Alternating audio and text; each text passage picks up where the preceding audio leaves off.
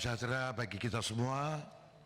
Yang terhormat, pimpinan didampingi Pak Pangeran saya, beserta seluruh anggota Komisi 3 yang saya hormati. Yang terhormat Saudara Menteri, Menteri Hukum dan HAM Republik Indonesia beserta seluruh jajarannya. Pertama-tama marilah kita panjatkan puji syukur kehadiratnya, karena hanya atas perkenannya kita dapat melaksanakan dan menghadiri rapat kerja. Saya underline, ini rapat kerja Komisi 3 dengan Kementerian Hukum dan HAM pada hari ini dalam keadaan sehat.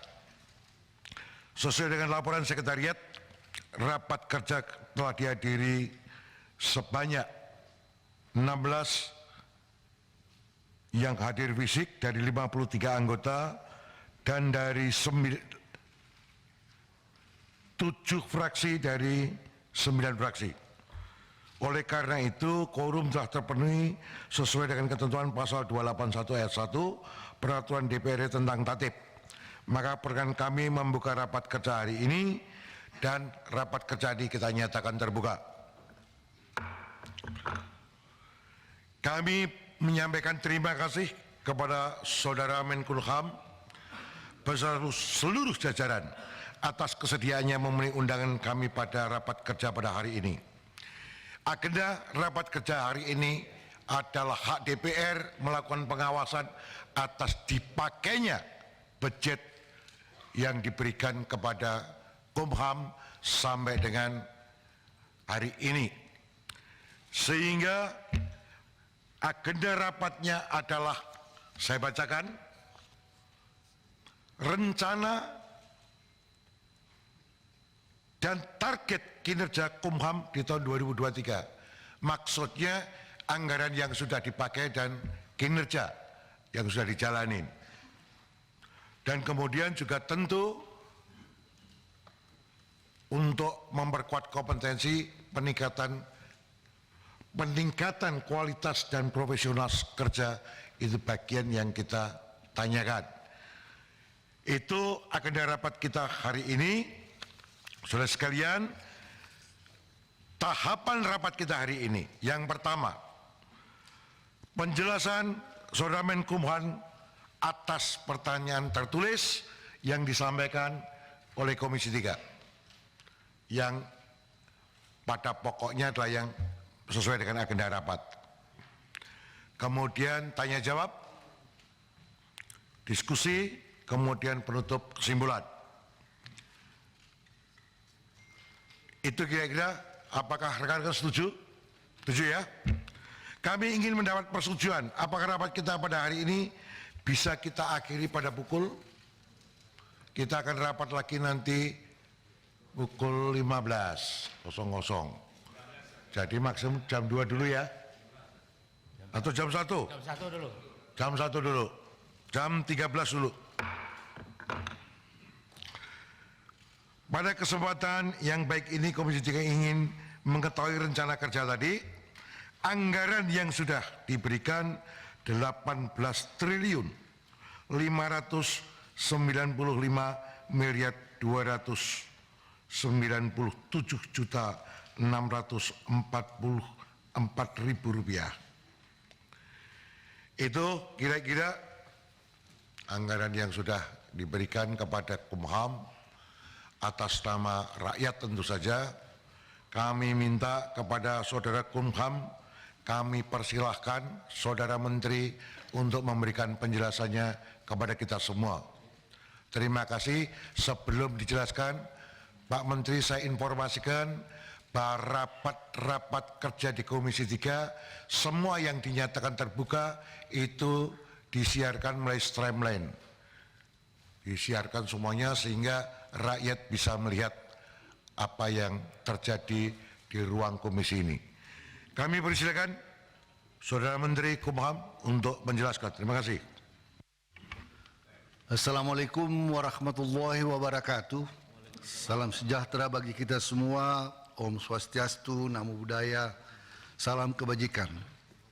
Yang kami hormati dan banggakan pimpinan, Pak Ketua, Pak Bambang, Pacul, Pak Pangeran, dan para anggota Komisi 3 yang kami banggakan. Terima kasih atas rapat kerja ini, rapat pengawasan ini, yang tentu Kementerian Hukum dan HAM mengapresiasi dan terima kasih atas dukungannya selama ini. Dan apalagi nanti kalau bisa kita selesaikan tepat jam 13, tentu akan lebih baik lagi. Terima kasih.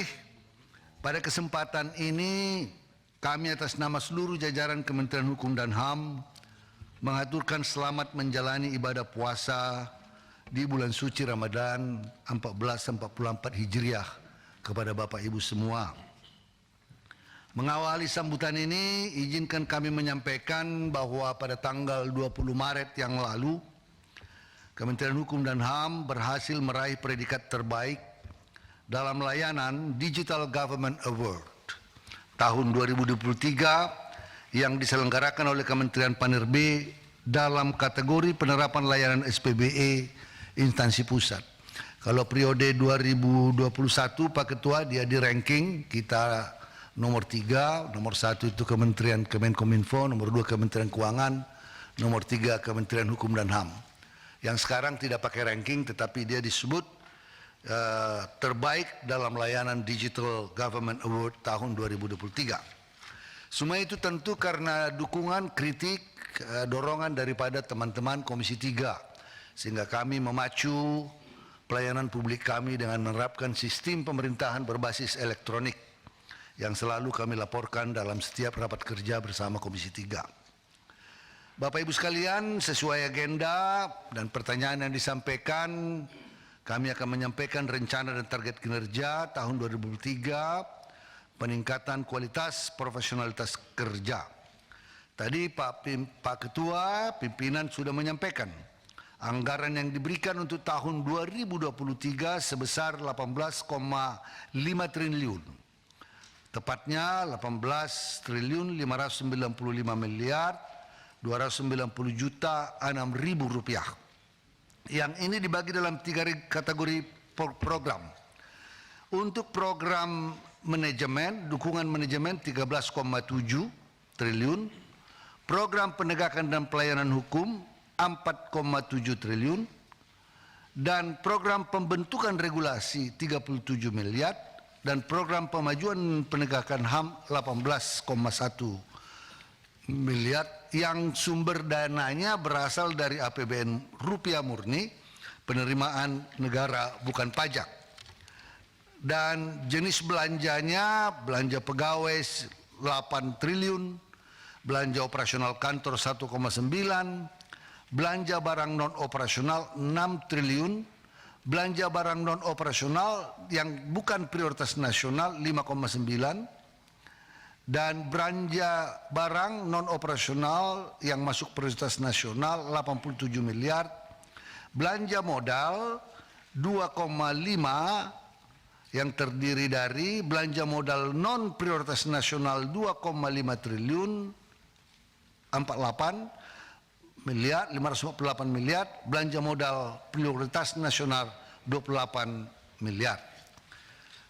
Target PNBP tahun 2023 sebesar 4,2 seperti yang diputuskan di Komisi 3 bersama Badan Anggaran, 4,2. Ini akan kita lakukan untuk mencapai dengan meningkatkan layanan online, perbaikan infrastruktur IT pada seluruh layanan di Kementerian Hukum dan HAM, memperluas pemberian visa on arrival bagi wisatawan mancanegara yang semula 69 menjadi 89, jadi bertambah 29, penyempurnaan tata kelola PNBP melalui peningkatan layanan legalisasi aposti AHU pada seluruh jajaran Kementerian Hukum dan HAM, serta mengimplementasikan sistem elektronik aposti program (IAP), dan juga melalui perluasan kerjasama antar kementerian lembaga meluncurkan klinik kekayaan intelektual Mobile Intellectual Property Clinic serta program Intellectual Property Marketplace oleh Direktorat Jenderal Kekayaan Intelektual.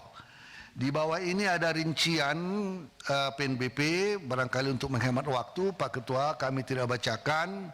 Tetapi yang terbesar tentunya Direktorat Jenderal Imigrasi 2,3. Kalau pada tahun lalu kita bisa mencapai 4 triliun, kita harapkan tahun ini kami akan bekerja keras kembali. Tetapi target yang diberikan kemarin ini 2,3, kami sangat optimistis melampaui target ini.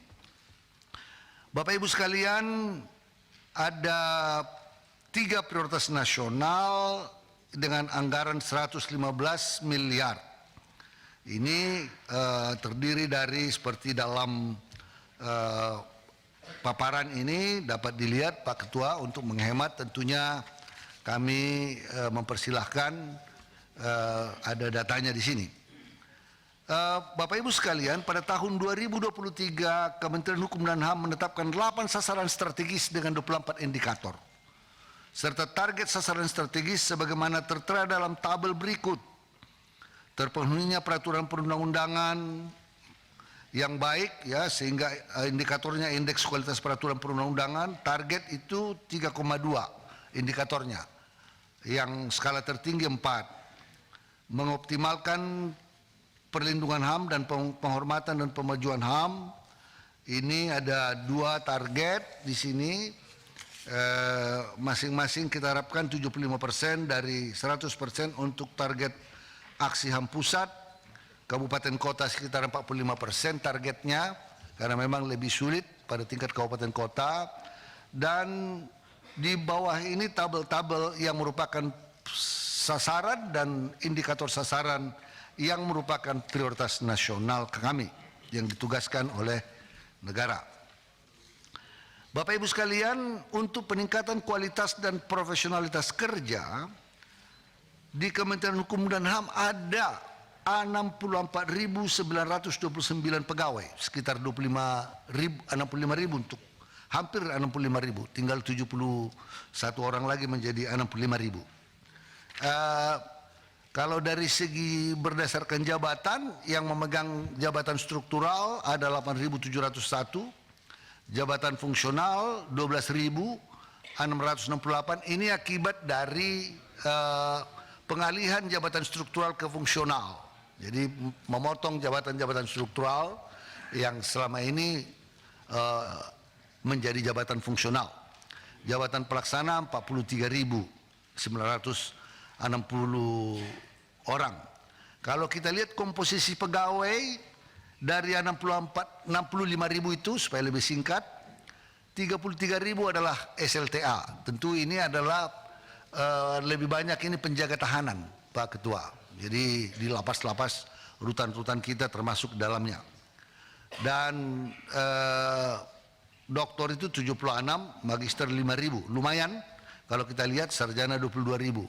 Jadi kalau dari segi ini saya kira di SLTA ini memang hanya penjaga tahanan yang pada mayoritas, dan ada di sebagian di pelayanan-pelayanan yang pelayanan publik yang tidak terlalu strategis.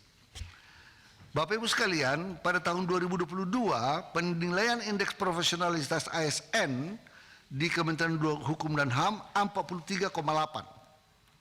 Dengan dimensi kualifikasi 10,73, range nilai 1 sampai 25. Ya, karena dilihat di sini kualifikasi berdasarkan pendidikan, tentunya kita masih jumlah SMA masih terlalu besar, tetapi itu khusus untuk penjaga tahanan, sehingga karena jumlahnya besar, lapas rutan, sehingga membuat range-nya menjadi lebih rendah. Dimensi kinerja cukup baik sekali, 24 dari range 1 sampai 30. Dimensi disiplin 4,99 dari 1,5 sampai 1,5. Jadi tidak terlalu banyak yang dihukum, banyak yang dipecat, tetapi kalau dibandingkan dengan disiplin pada pokoknya hadir kerja dan melakukan tugas-tugas cukup baik. Itu sebabnya kita selalu mendapat penghargaan dari Kementerian Panerbe. Dalam peningkatan SDM kita melakukan penilaian kompetensi, melakukan pengembangan karir melalui manajemen talenta. Karena kita sudah mendapat penghargaan penerapan sistem merit dalam manajemen ASN kepada instansi pemerintah dengan kategori sangat baik. Jadi kami dari KASN ya, mendapat penghargaan sistem merit manajemen dari instansi pemerintah pusat dengan kategori sangat baik. Sehingga kita untuk promosi cukup melakukan manajemen talenta untuk jabatan-jabatan fungsional, jabatan PIMTI, peningkatan karir dan lain-lain. Pengembangan kompetensi dengan melalui Human Capital Development Plan dan Corporate University. Ada yang kita kirim meningkatkan pendidikan baik S2, S3 dalam negeri maupun luar negeri, buat melalui pelatihan-pelatihan, melalui Corporate University, belajar melalui online maupun in class untuk pengembangan kebutuhan kompetensi. Pimpinan dan Bapak Ibu anggota Komisi 3 yang saya muliakan, rencana kerja dan strategi pemerintah dalam penyelesaian peraturan perundang-undangan seperti Bapak Ibu tahu bahwa dalam prolegnas legislasi nasional perubahan keempat 2020-2024 memuat 259 RUU dalam prolegnas jangka menengah 2020-2024. Dari 259 itu 74 adalah inisiatif pemerintah, DPD, DPR untuk jangka menengah. Di mana 74 diantaranya merupakan usulan pemerintah, DPR, DPD. Dari 74 tersebut telah diselesaikan 26 rencana undang-undang, 35%. Dengan rincian 12 rencana undang-undang telah disahkan menjadi undang-undang, 6 telah diakomodir dalam Undang-Undang Cipta Kerja, Undang-Undang Nomor 11 Tahun 2020, dan sebagaimana telah diubah dengan Undang-Undang Nomor 4 Tahun 2003, sebagaimana diubah dengan Perpu dan baru saja disahkan. Dalam Undang-Undang Nomor 4 Tahun 2023 juga ada 8 yang masuk RUU PPSK. Nah, oleh karenanya nanti kami akan mengusulkan dalam prolegnas jangka menengah 2020-2024 RUU tersebut akan dihapuskan dari prolegnas jangka menengah. Jadi ada residu prolegnas jangka menengah saat ini 35 rencana undang-undang. Kita harapkan dalam waktu yang tersisa pemerintah dan DPR dapat menyelesaikan target prolegnas tersebut dalam waktu sebelum akhir tahun 2024 yang akan datang. Bapak Ibu sekalian, dalam hal ini ada beberapa undang-undang prioritasnya dan prioritas nasional yang dibahas dengan Komisi 3, yaitu tentang rancangan undang-undang tentang perubahan kedua atas Undang-Undang Nomor 35 Tahun 2009 tentang narkotika.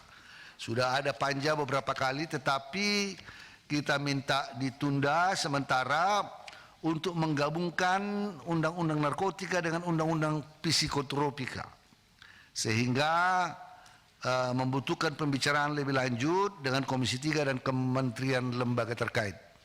Saya meminta Pak Ketua, dan ini adalah RUU yang telah lama kita, bahkan di Komisi 3 beberapa kali masuk keputusan rapat kita, agar kiranya dapat kita percepat dan dapat kita selesaikan, bisa kita gabungkan nanti undang-undang psikotropika dan undang-undang narkotika. Kita harapkan bisa kita selesaikan sebelum periode kita berakhir tahun 2024, karena ini akan merupakan legacy kita. Kita harapkan dampaknya juga akan ada ke pengelolaan. Jadi KUHP sudah kita sahkan, semua ini legacy daripada Komisi 3. Undang-undang pemasyarakatan sudah kita sahkan, ini undang-undang besar yang menjadi legacy kita semua Komisi 3. Kalau bisa kita selesaikan undang-undang narkotika, ini betul-betul satu capaian signifikan dalam, termasuk di dalamnya dalam penguatan criminal justice system, integrated criminal justice system. Jadi kita harapkan bisa kita lakukan. Ketiga, kita akan terus melakukan pendekatan-pendekatan antar kementerian lembaga dan DPR untuk menyusun DIM-DIM yang bagi beberapa rencana undang yang masih pending, dan akan kita harapkan misalnya hukum acara perdata yang sudah masuk di Komisi 3 kita harapkan dapat segera diagendakan lagi. Kemudian ada rancangan undang-undang tentang desain industri yang merupakan domain Kementerian Hukum dan HAM karena ini mengenai hak kekayaan intelektual. Ini akan dibahas nanti bersama Komisi 6. Demikian Bapak Ibu sekalian mengenai perundang-undangan dan legislasi. Di bidang pemasyarakatan, Bapak Ibu sekalian, bahwa di dalam mendukung fungsi Ditjenpas terdapat 682 UPT yang tersebar di seluruh Indonesia. Ya, kalau kita lihat di halaman berikutnya ini ada beberapa. Jadi kalau dari jumlah tersebut kita lihat Lapas 332, Bapas 91 UPT, Rutan 161 UPT, Rubasan 64 UPT, Lembaga Pembinaan Khusus Anak 33 UPT, 1 rumah sakit pengayoman. Ini yang di bawah Direktorat Jenderal Pemasyarakatan. Nah, atas dukungan Komisi 3, kita sudah menyelesaikan Undang-Undang Nomor 22 Tahun 2022 tentang pemasyarakatan. Tugas pemerintah meneruskan membuat rancangan peraturan pemerintah tentang syarat dan tata cara pelaksanaan hak dan kewajiban tahanan, anak dan warga binaan, tentang penyelenggaraan fungsi pemasyarakatan. Ini draftnya sudah kita bahas dan finalisasi draft sudah dilaksanakan Februari-Maret 2023. Kita jadwalkan nanti pembahasan panitia antar kementerian lembaga April 2023. Nanti kita harapkan dia bisa dijadwalkan selesai menjadi PP dan termasuk Permenkumhamnya Agustus 2023, turunan dari Undang-Undang Nomor 22 Tahun 2022. Karena ini akan sangat penting, apalagi konsep-konsep restoratif justice yang kita punyai, baik yang di Undang-Undang Pemasyarakatan, kita harapkan 3 tahun lagi berlaku KUHP yang kita sudah berjuang bersama-sama, walaupun tekanannya agak berat Pak Ketua, tapi Komisi 3 bersama pemerintah determined, dan setelah kita lakukan sosialisasi kelihatannya mulai dipahami. Misunderstanding yang selama ini terjadi mulai dipahami sedikit-sedikit. Kita melakukan sosialisasi Undang-Undang KUHP pidana juga dengan American Chambers langsung online dengan Amerika, pengusaha-pengusaha Amerika, juga kemarin di Australia dengan kita jelaskan ke Jaksa Agungnya dan lain-lain, dan kepada dubes-dubes yang ada di Indonesia.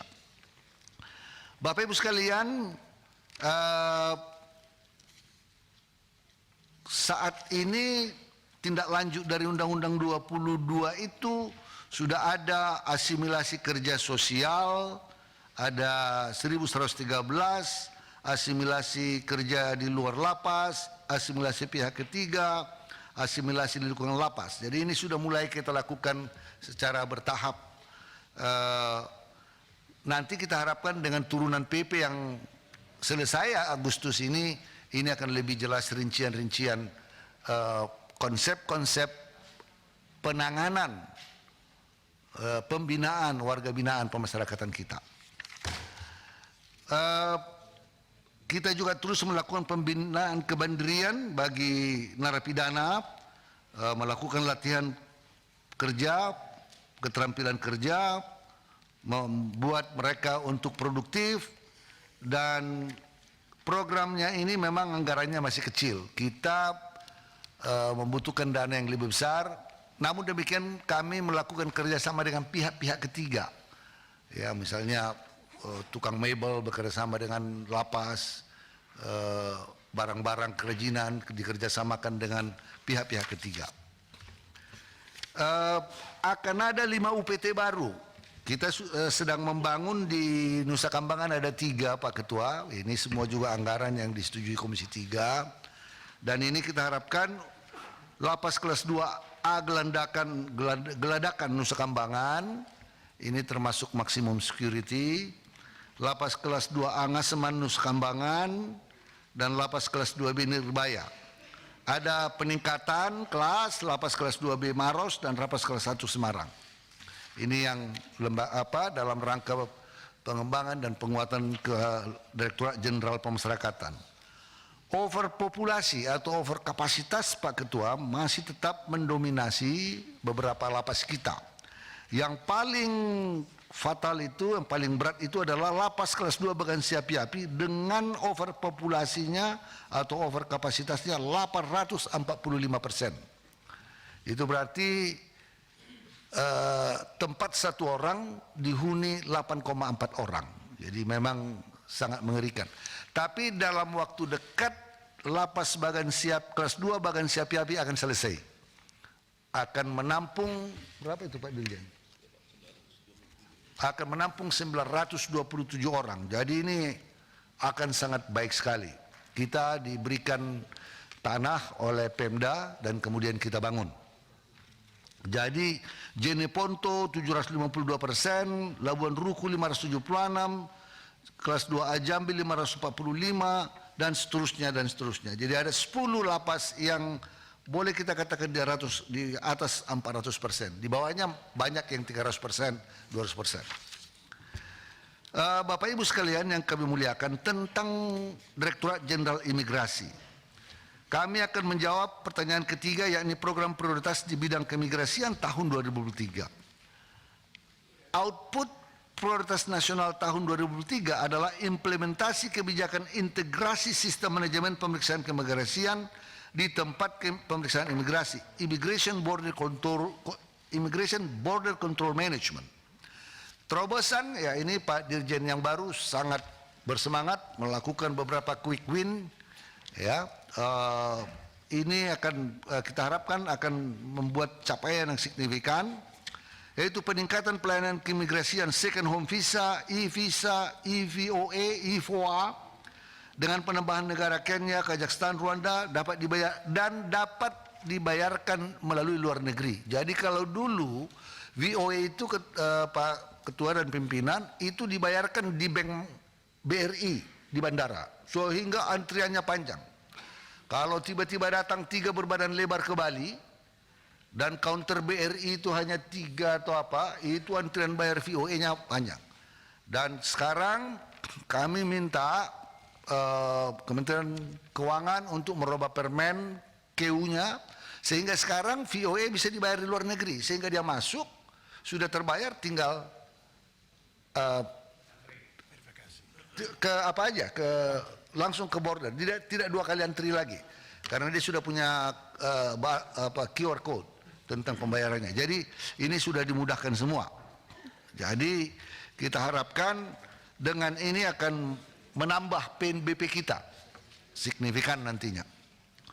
Pemberlakuan kembali bebas kunjungan sebanyak 10 negara, Brunei Darussalam, karena ini negara-negara ASEAN Pak Ketua, jadi mau tidak mau sesudah COVID mereda kita, ini resiprokal, ya, sama seperti kita pergi ke negara mereka dan mereka ke negara kita adalah bebas visa kunjungan.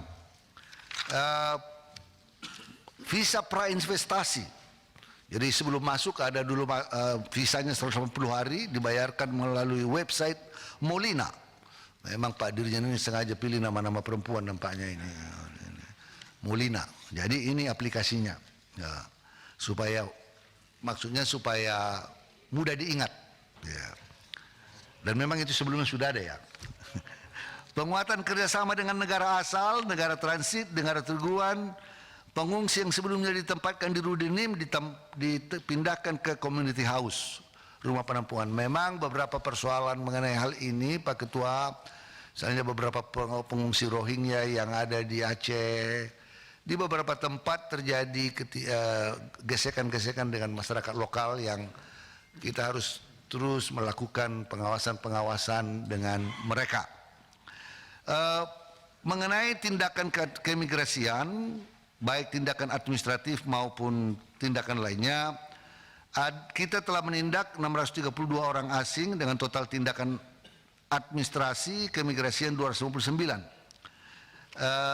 Selanjutnya disampaikan perlu dilakukan tindakan penangkalan, pembatalan izin larangan berada di tempat, pengerahan biaya, deportasi termasuk 5 negara dengan tindak administrasi keimigrasian tertinggi Afghanistan, China, Somalia, Yaman, dan Iran. Ini beberapa data yang ada, Pak Ketua, ada di dalam. Ini yang beberapa hal yang kami sampaikan tentang keimigrasian. Kami akan terus meningkatkan pelayanan publik kami baik di TPI dengan menerapkan teknologi-teknologi terkini sedang dalam pengembangan kita. Dalam hal peningkatan pelayanan publik berbasis digital, seperti yang tadi saya sampaikan, Kementerian Hukum dan HAM telah memperoleh penghargaan dari Kementerian PAN, RB, dan juga BKN, mendapatkan Digital Government Award. Ya. Digital Government Award tahun ini diselenggarakan oleh Kemenpan RB sebagai bentuk apresiasi terhadap pemerintahan, kementerian lembaga, termasuk daerah, yang menyelenggarakan SPBE didasari Perpres sekian, Perpres tentang SPBE nomor 95/2018. Jadi Molina ini singkatan dari Modul Layanan Imigrasi Indonesia. Jadi supaya dia mudah diingat, ya disingkat Molina. Boleh saja MLII, tapi orang lebih senang menggunakan nama Molina. Saya kira demikian Pak Ketua. Pelayanan SPB kami di 35 layanan, ya, sehingga total nilai kematangan di kami itu 4,57 dari nilai maksimal 5 pada indikator penerapan pelayanan SPBE. Demikian yang dapat saya sampaikan Pak Ketua. Mudah-mudahan apa yang kami sampaikan ini berkenan di hadapan Bapak Ibu sekalian, dan kalau ada pertanyaan-pertanyaan dengan senang hati kami dapat menyampaikannya. Terima kasih. Allahul muwaffiq ila aqwamit thoriq. Wassalamualaikum warahmatullahi wabarakatuh. Ini. Terima kasih Pak Menteri, rekan-rekan sekalian. Kita telah mendengarkan paparan penjelasan jawaban dari Pak Menteri Kumham atas pertanyaan kita. Ini tibalah waktunya rekan-rekan melakukan pendalaman, bertanya atau apapun, sifatnya diskusi juga boleh. Nah, ini waktu pada teman-teman sekalian, kami masih pakai pola lama yang disepakati bersama belum dirubah. Itu kita mulai dari yang kehadirannya paling dulu. Urutannya tetap seperti itu. Namun izin Pak Menteri sebelum kepada kawan-kawan, Pak Menteri kan kemarin mengundang kami pimpinan untuk hadir dalam pelantikan Dirjen. Nah kan yang datang kan saya, kawan-kawan kan nggak kenal nih. Tolong dikenalkan dulu Pak Dirjen yang baru, monggo sebelum kita mulai. Terima kasih Pak Ketua. Yang Dirjen yang baru yaitu Pak Silmi dan Pak Asep. Pak Asep ini mantan Kejati Jawa Barat, dihibahkan, diwakafkan ke Kementerian Hukum dan HAM. Ini memang kita sering menerima wakaf ini. Jadi Pak Dirjen Imigrasi ini Dirut Krakatau Steel diwakafkan lagi ke Kementerian Hukum dan HAM untuk mereform pelayanan. Jadi buat pertama kalinya kami menerima seorang dirjen non PNS. Dan memang gerakannya, ya pendekatan birokrasi kan kadang-kadang ya aturan apa, tetap kita aturan, tetapi reformnya bisa, Presiden mengatakan coba dulu. Wah, nampaknya top. Jadi saya perkenalkan dulu, nanti biar mereka dulu memperkenalkan diri masing-masing. Saya 1 menit 1 orang, Pak Ketua, izin. Diizinkan supaya kawan-kawan juga kenal. Iya. Silakan, silakan. Pak Dirjen Imigrasi dulu. Bismillahirrahmanirrahim. Assalamualaikum warahmatullahi wabarakatuh. Selamat siang, salam sejahtera bagi kita semua. Om Swastiastu, Namo Buddhaya, salam kebajikan. Yang Mulia Pimpinan Komisi 3 DPR RI beserta seluruh anggota Komisi 3 DPR RI yang saya banggakan juga, rekan-rekan dari Kumham dipimpin oleh Bapak Menteri, Pak Sekjen. Perkenalkan, nama kami Silmi Karim. Saya bertugas sebagai Dirjen Imigrasi mulai 4 Januari 2023. Ada 4 hal yang diminta untuk kami lakukan. Yang pertama adalah pelayanan yang lebih baik dan cepat. Kemudian yang kedua adalah digitalisasi. Yang ketiga kaitan dengan transformasi. Kemudian yang keempat adalah golden visa. Demikian, terima kasih. Assalamualaikum warahmatullahi wabarakatuh.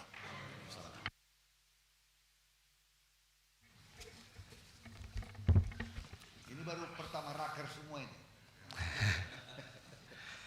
Baik, terima kasih Pak Menteri. Atas izin Pak Menteri, izinkan. Assalamualaikum warahmatullahi wabarakatuh. Selamat pagi, salam sehat sekalian. Om Swastiastu, Namo Buddhaya, salam kebajikan. Pimpinan Komisi 3 yang saya hormati, Bapak Ibu sekalian anggota Komisi 3, perkenankan saya memperkenalkan diri, nama saya Asep Mulyana. Sebelumnya saya hampir 25 tahun lebih Pak di Kejaksaan, dari mulai masuk sampai terakhir menjabat selaku Kepala Kejaksaan Jawa Barat. Saya ikut open bidding untuk jabatan pimpinan tinggi media di Kumham, dan saya bertugas sejak 23 Februari 2023 di Kementerian Hukum dan HAM. Ada beberapa prioritas yang memang kami lakukan sesuai dengan Pak Menteri. Pertama tentu sama tentang digitalisasi, bagaimana peraturan perundang-undangan sebaik cepat dan efektif dan efisien.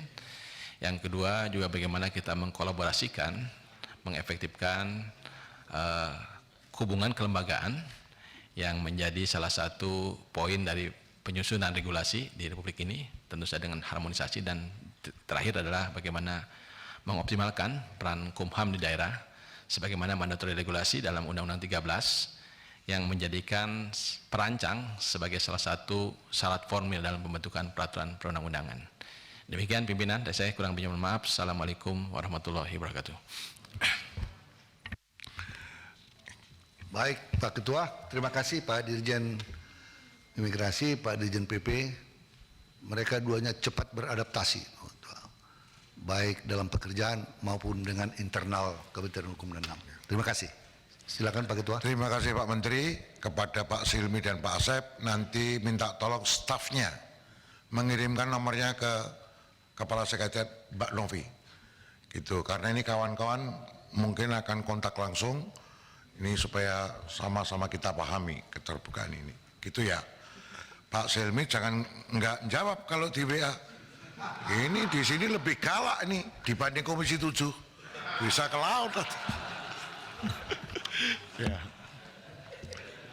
Oke, kita mulai pendalaman. Yang pertama hadir di ruang ini pada jam 9.47 senior kita Dr. Beni Kapur Harman.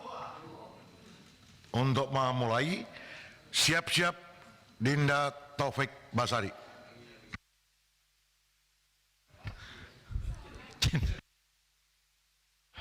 Interupsi Pak Ketua. Interupsi Pak Beni Harman. Izin. Interupsi. Kenapa? Pak Beni kayaknya sedang menyimpan energinya untuk yang nanti siang. Lewat Pak. Enggak bertanya, enggak mendalami. Kalau enggak juga enggak apa-apa Pak. Tapi ini saya sebut sesuai dengan catatan sekretariat. Ya, terima kasih banyak Pak Ketua. Saya memang datang pagi, ada maksud urusan pribadi dengan Bapak Wamen, dengan Pak Wamen Kumham. Tapi ternyata beliau tidak datang. Mudah-mudahan beliau sehat seperti sedia kala. Kita tentu mendukung sepenuhnya. Itu maksudnya saya datang pagi-pagi. Yang kedua, Pak Ketua, senang sekali tadi ada pejabat-pejabat baru. Ada dari kejaksaan, dari kepolisian, dari mana lagi tadi? Krakatau Steel. Apa itu? BUMN. BUMN ya. Krakatau Steel. Dan saya tadi pikir apa ada dirjen steel-steelan di Kemenkumham kah atau apa? Maksud saya Pak Menteri, apa ndak ada teman-teman kita dari dalam tuh, yang sudah puluhan tahun mengabdi, yang sudah susah payah, sudah tahu makan garamnya dunia Kemenkumham itu. Sehingga Bapak Menkumham memandang penting untuk mengimpor tenaga-tenaga dari luar. Dan itu saya rasa ini pertanyaan publik.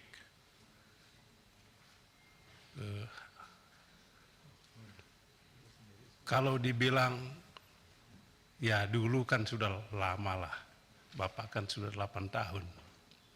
Masa tidak bisa membina, tidak bisa, ya kata lain ini juga Bapak sebetulnya ya mungkin belum cukup berhasil mempromosikan tenaga-tenaga dari dalam. Itu aja sebetulnya. Sebetulnya tadi saya tidak tanya ini, tapi karena tadi diperkenalkan oleh Pak Ketua. Itu saja Pak Ketua. Tidak ada pertanyaan lain saya. Terima kasih banyak. Ya, ngomongnya pelan-pelan karena memang seperti tadi Pak Asul mau disimpan tenaganya untuk pertempuran nanti. Menko Polhukam, kalau ini kan Menkumham, nanti Menko. Terima kasih Pak Dr. Beni Kapur Harman. Berikutnya kami persilakan Mas Taufik Basari, siap-siap Senior M. Nurdin.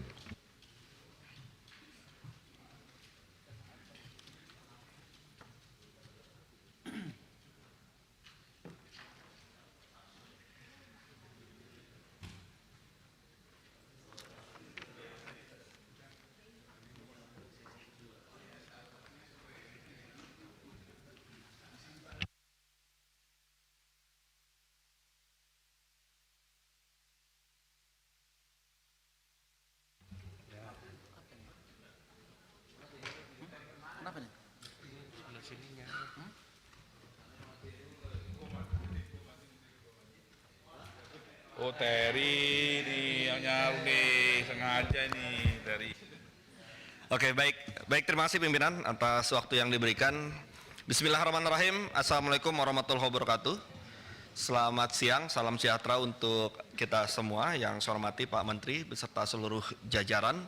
Yang pertama tentu saya mengucapkan selamat kepada para dirjen yang baru, Pak Silmi, Pak Asep, ya, selamat menjalankan tugas, semoga dimudahkan dan mencapai kesuksesan terkait dengan hal-hal yang sudah dipersiapkan dan ditugaskan pada kita masing-masing.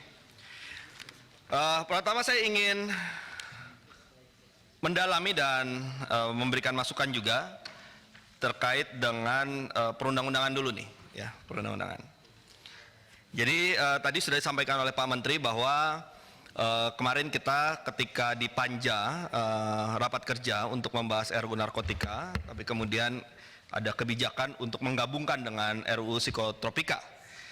Dalam kesempatan kemarin saya sudah sampaikan, tapi saya ingin mengingatkan lagi bahwa nanti pada saatnya ketika RUU narkotika dan psikotropika itu sudah digabungkan dan kita akan membahas draft yang baru, saya berharap beberapa DIM yang sudah disampaikan oleh fraksi-fraksi yang oleh kajian dari tim pemerintah dianggap cukup baik dan bisa diakomodir, sebaiknya sudah langsung diakomodir saja sehingga draftnya sudah lebih update, hasil juga dim-dim yang sudah diberikan masukan. ya, supaya kita tidak membahas draft yang awal karena sudah ada juga kajian dari fraksi-fraksi untuk memberikan masukan. Mudah-mudahan bisa lebih efektif dan efisien lagi ketika kita melakukan pembahasan terkait dengan RUU narkotika yang baru tersebut. Yang kedua, terkait dengan sosialisasi RKUHP, saya mohon agar bisa ditambahkan lagi program kegiatannya, ya. Kita sudah mendapatkan daftar, ada beberapa kampus yang akan didatangi, tapi menurut saya kebutuhan untuk melakukan sosialisasi KUHP baru ini, sudah tidak R lagi, KUHP baru ini sangat penting, ya. Oleh karena itu sebaiknya diperluas lagi, ditambah lagi kampusnya, ya. Bisa juga melibatkan kita di Komisi 3. Tidak hanya kampus-kampus besar, tapi juga kampus-kampus kecil. Saya pikir juga ada kebutuhan itu. Selain di kampus juga bisa melibatkan misalnya organisasi advokat, lembaga-lembaga advokasi, ya, sebagai bagian juga dari stakeholder KUHP baru kita, ya.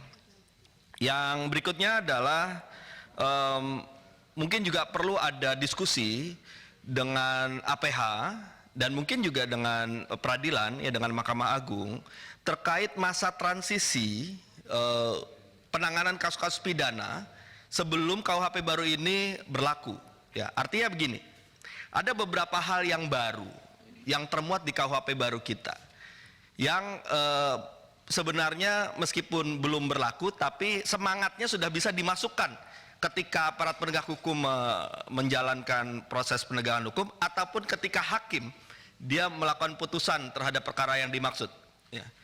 Jadi semangatnya saja diambil meskipun bukan normanya, tapi semangatnya bisa diambil. Mudah-mudahan dengan adanya pemahaman ini, ya, kita bisa melihat ini sebagai bagian juga jembatan transisi menuju pemberlakuan KUHP baru. Itu terkait dengan perundang-undangan. Yang kedua terkait dengan pemasyarakatan, ya. Di dalam paparan Pak Menteri tadi sudah ada paparan mengenai bagaimana pelaksanaan terkait dengan undang-undang pemasyarakatan kita yang baru, ya.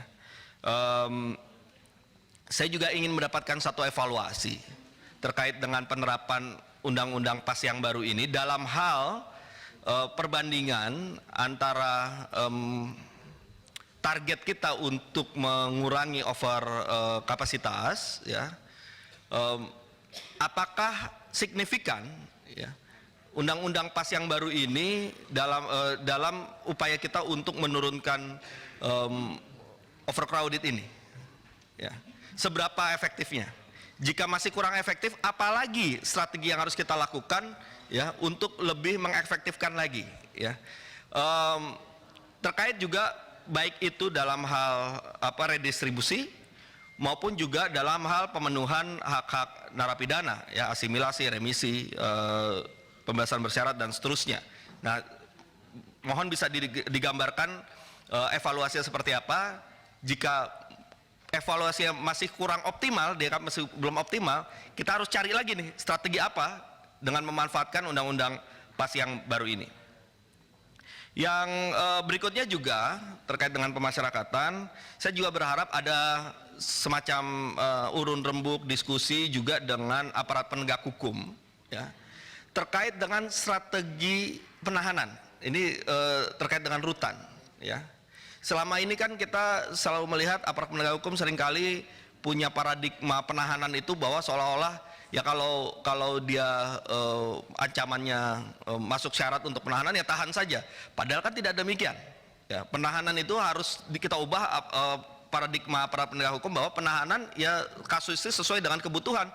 Kalau misalnya memang tidak butuh penahanan ya tidak perlu ditahan. Atau juga kita bisa mendorong peningkatan atau pelaksanaan terhadap penahanan, tahanan kota, tahanan rumah yang bisa lebih diefektifkan dibanding kita harus menambah lagi orang yang ada di rutan, karena beban orang di rutan pun tentu juga akan berhubungan juga beban kita ketika kita mengurusi lapas. Nah, kalau misalnya kita punya pandangan yang sama bahwa penahanan itu adalah kebutuhan bukan keharusan, maka dalam beberapa hal kita juga akan bisa membantu untuk mengurangi overcrowding yang ada di lapas. Yang ketiga terkait dengan keimigrasian.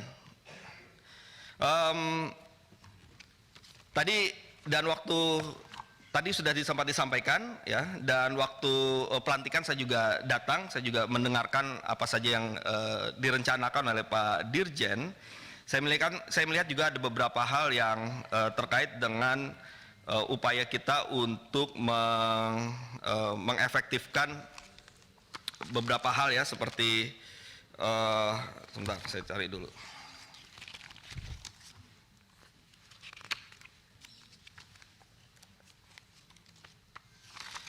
Seperti Golden Visa, Second Home Visa, EVOA, ya, kemudian juga visa prainvestasi yang sebagai bagian dari pelaksanaan Undang-Undang Cipta Kerja. Nah, saya juga ingin mendapatkan satu evaluasi, atau jika terlalu singkat sehingga belum bisa kita lakukan evaluasi, paling tidak targetnya apa nih? Target terkait dengan adanya terobosan-terobosan ini dalam hubungannya dengan target Undang-Undang Cipta Kerja ingin mencapai investasi. Apa yang kemudian kita bisa targetkan paling tidak dalam tahun ini. Ya. Jadi ada ukurannya, nanti tahun depan ketika kita melakukan evaluasi kita bisa tahu nih targetnya tercapai atau tidak. Cocok nggak harapan undang-undang dengan terobosan yang kita lakukan di bidang keimigrasian. Yang keempat, yang terakhir, di bidang hak asasi manusia. Ya, saya juga menyambut gembira dengan adanya perubahan, ya, perubahan organisasi dari Balitbang menjadi Badan Strategi Kebijakan Kementerian Hukum dan HAM. Ya. Saya minta penjelasan lebih lanjut terkait ini. Ya, seperti apa ini? Perubahan ini akan berdampak pada apa? Kalau saya harapannya berdampak pada peningkatan perhatian terhadap tugas dan fungsi Kementerian Hukum dan HAM dalam bidang HAM.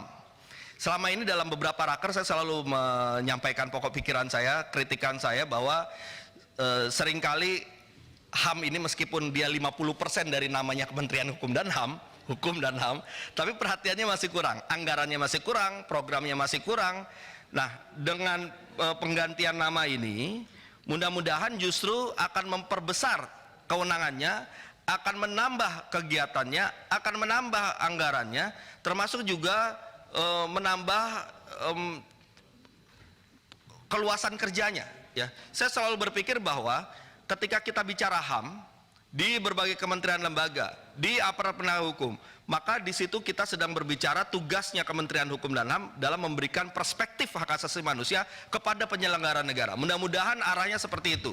Ya, jikapun tidak, saya mohon ini sebagai bagian masukan agar Badan Strategi Kebijakan Kementerian Hukum dan HAM ini juga diarahkan kepada bagaimana Kementerian Hukum dan HAM mampu untuk memberikan satu pemahaman perspektif hak asasi manusia kepada seluruh penyelenggara negara sebagai pusat dari pengembangan HAM yang ada di Indonesia. Terima kasih pimpinan. Billahi taufiq wal hidayah. Wassalamualaikum warahmatullahi wabarakatuh. Terima kasih Mas Taufik Basari. Mas Taufik ini adalah aktivis mahasiswa, harap difahami. Berikutnya Pak Komjen Nurdin yang kami persilakan. Siap-siap Mas Dr. Didik Mukrianto. Terima kasih pimpinan. Pimpinan dan rekan-rekan anggota Komisi 3 yang saya hormati, Pak Menteri Hukum dan jajaran yang saya hormati. Assalamualaikum warahmatullahi wabarakatuh. Dari masukan-masukan yang masuk ke kami Pak, saya ingin memberikan penekanan pada hak cipta Pak. Pak Dirjennya rupanya tidak hadir atau Pak PLT-nya. Yaitu ancaman hak cipta atas pemanfaatan artificial intelligence. Hadirnya teknologi kecerdasan buatan atau artificial intelligence selain menawarkan banyak kemudahan, juga dapat memberikan ancaman bagi para pelaku ekonomi kreatif dari sisi originalitas dan hak cipta. Melalui artificial intelligence dapat menganalisis dan meniru karya orang lain dengan hasil karya yang sebenarnya mengandung DNA dari karya orang lain. Ini sebagai contoh dapat dilihat dalam program yang dilakukan oleh Botning Studio, perusahaan hiburan Amerika Serikat yang mampu menganalisis 7 novel Harry Potter melalui gaya penulisan dan lainnya. Sehingga akhirnya program ini bisa menghadirkan buku lanjutan, padahal Harry Potter sudah tidak ada. Pertanyaannya, bagaimana langkah antisipasi yang dilakukan Kemenkumham untuk memberikan perlindungan terhadap pemegang hak cipta dari ancaman pemanfaatan artificial intelligence yang terus berkembang secara masif? Kedua, pertanyaan, apakah Kemenkumham telah menyiapkan produk hukum yang dapat melindungi para pelaku ekonomi kreatif dari ancaman artificial intelligence itu? Yang kedua, perlindungan terhadap hukum pelanggaran hak cipta di media overtop. Sanksi hukum terhadap pelanggaran hak cipta di media internet belum diatur secara spesifik dalam Undang-Undang 28 tahun 2014 tentang hak cipta.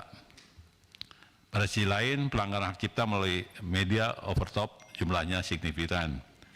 Misalnya dalam waktu kurun 2015-2021, saya mendapatkan angka kurang lebih 800 situs internet yang melakukan pelanggaran hak cipta. Pertanyaannya, apakah apa yang sudah dilakukan dalam kaitan melindungi perlindungan pada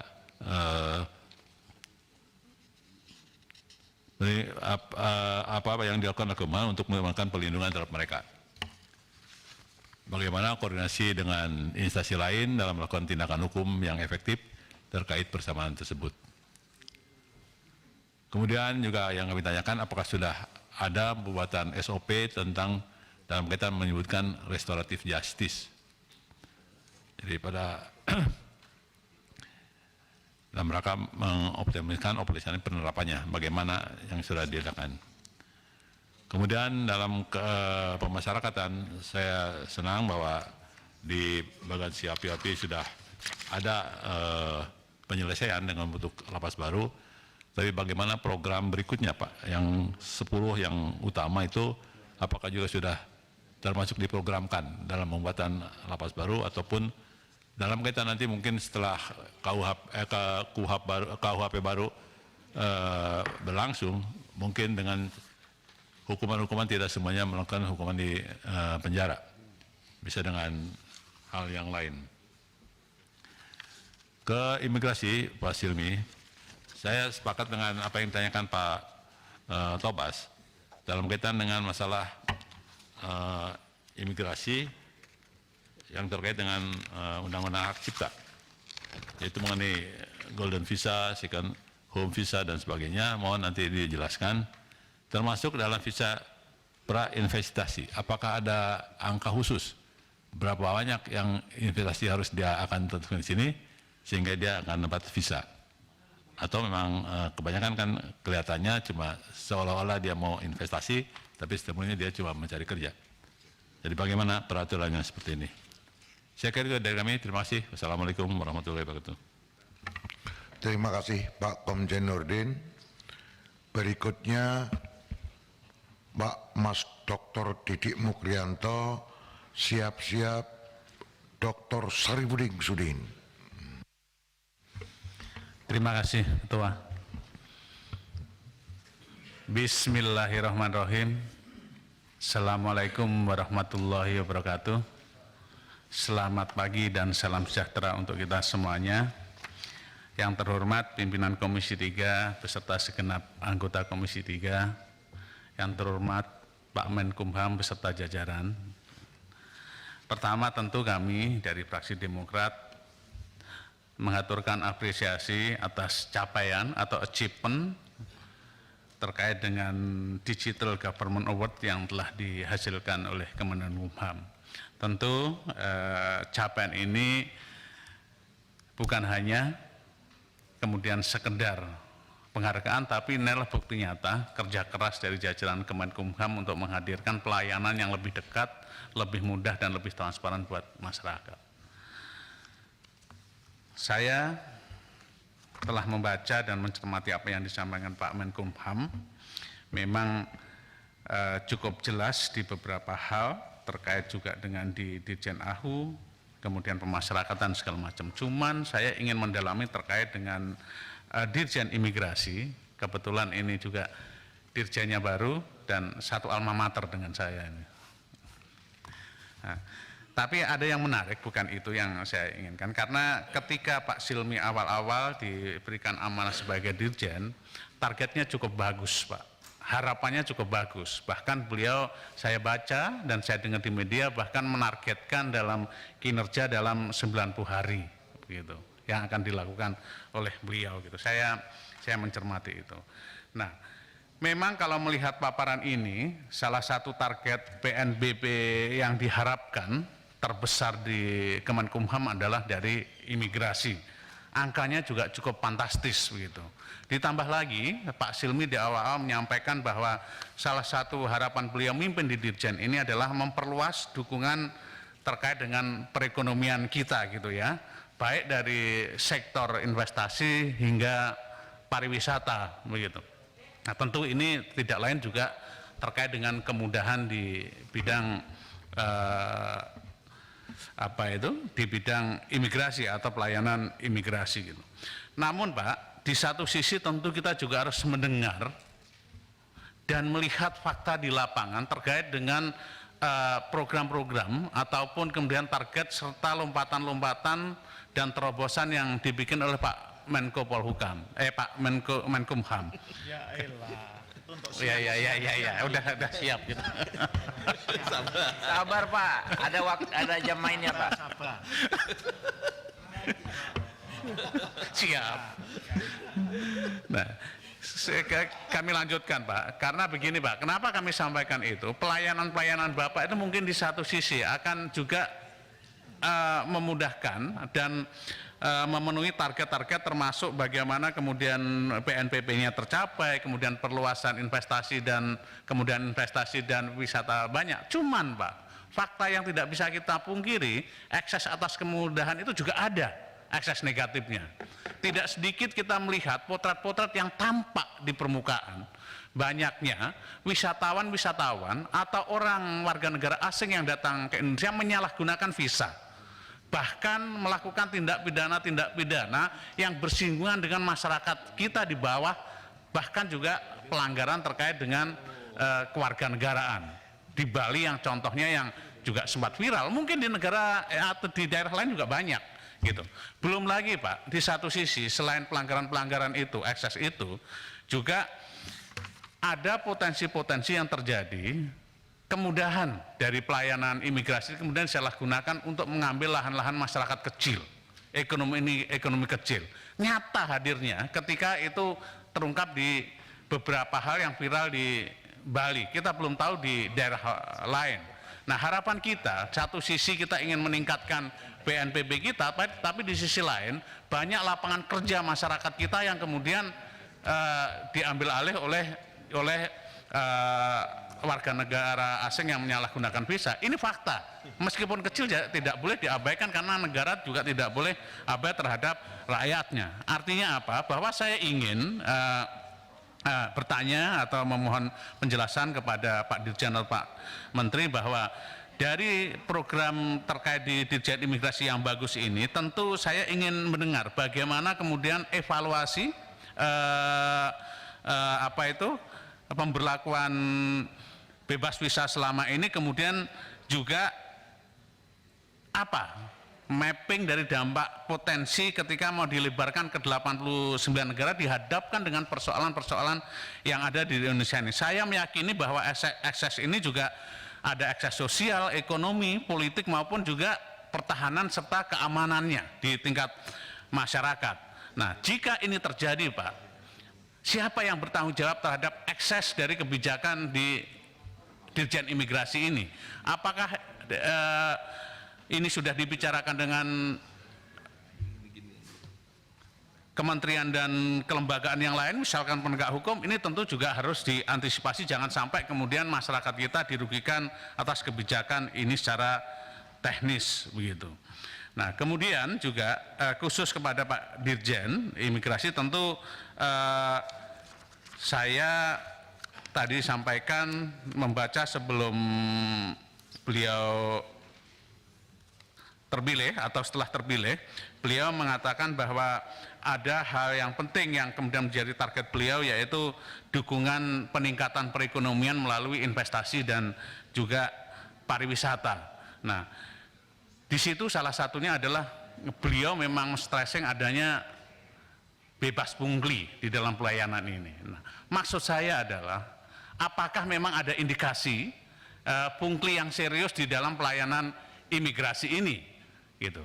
Nah, ini juga menjadi penting bagi kita karena pelayanan yang jika ini benar terjadi pungli di imigrasi, ya ini persoalan-persoalan yang serius yang memang harus diselesaikan, gitu. Dan terakhir, seperti yang saya katakan tadi bahwa Pak Silmi ini saya baca dari media bahwa punya target kerja di 90 hari awal. Ya. 100 atau 90 ada target. Nah, yang akan dilakukan beliau adalah melakukan mapping yang tepat di imigrasi, kemudian akan mengambil langkah quick win. Nah, Bapak sudah menjalankan itu, mungkin apa yang Bapak dapatkan terkait dengan mapping di Kementerian Imigrasi ini, positioning imigrasi itu apakah betul ketidakprofesionalan imigrasi, apakah sistemnya tidak benar, SDM-nya kurang komit, ataukah kemudian hanya persoalan manajemen yang tidak terkelola dengan baik. Nah, ini kita pengen dengar karena benar tadi kalau Bang Benny menyatakan ya ini tantangan buat Pak Menkumham bahwa Poltekim ini juga harusnya juga mendidik sumber daya internal dari imigrasi yang handal, yang kuat dalam mengelola imigrasian. Tapi hingga saat ini ya kita melihat bahwa Dirjen Imigrasi belum berasal dari internal. Apa problemnya? Ya tentu Pak Menkumham yang bisa mengetahui hal itu. Penyebabnya kenapa di internal orang-orang yang sudah dididik di Poltekim ini kemudian tidak menjadi SDM-SDM yang handal di Kementerian Hukum dan HAM.